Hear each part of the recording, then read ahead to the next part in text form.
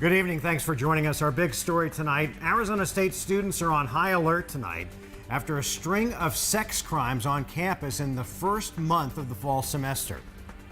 Thanks for joining us. I'm Mark Curtis. And I'm Kariba Devine. ASU police say the most recent happened yesterday, an alleged sexual assault in a residence hall on the Tempe campus. Team 12's Jen Wall is live for us in Tempe tonight. And Jen, do detectives have any leads on who this person is? Yeah, that's right. Good evening to you, Mark and Caribe. Right now, details are limited, but ASU police tells us the alleged sexual assault happened here at a residential hall on the Tempe campus. Reports from investigators say that alleged assault went so far to possibly cause the victim to become unconscious.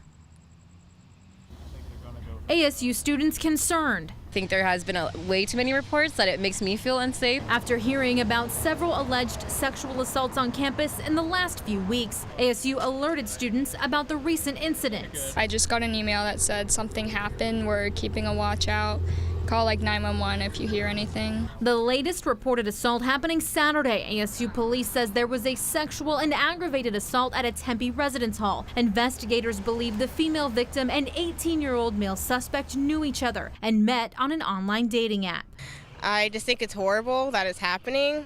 Students like Priscilla say they have even run into scary situations themselves. I have had a personal issue while on campus, with a past situation where I had someone run after me into my apartment complex. These things made me feel unsafe. In addition to Saturday, ASU police are also looking into 4 alleged groping incidents that happened earlier this month and 2 others that happened back in August. We see a lot of police activity around campus, but for some reason this doesn't seem to be preventable.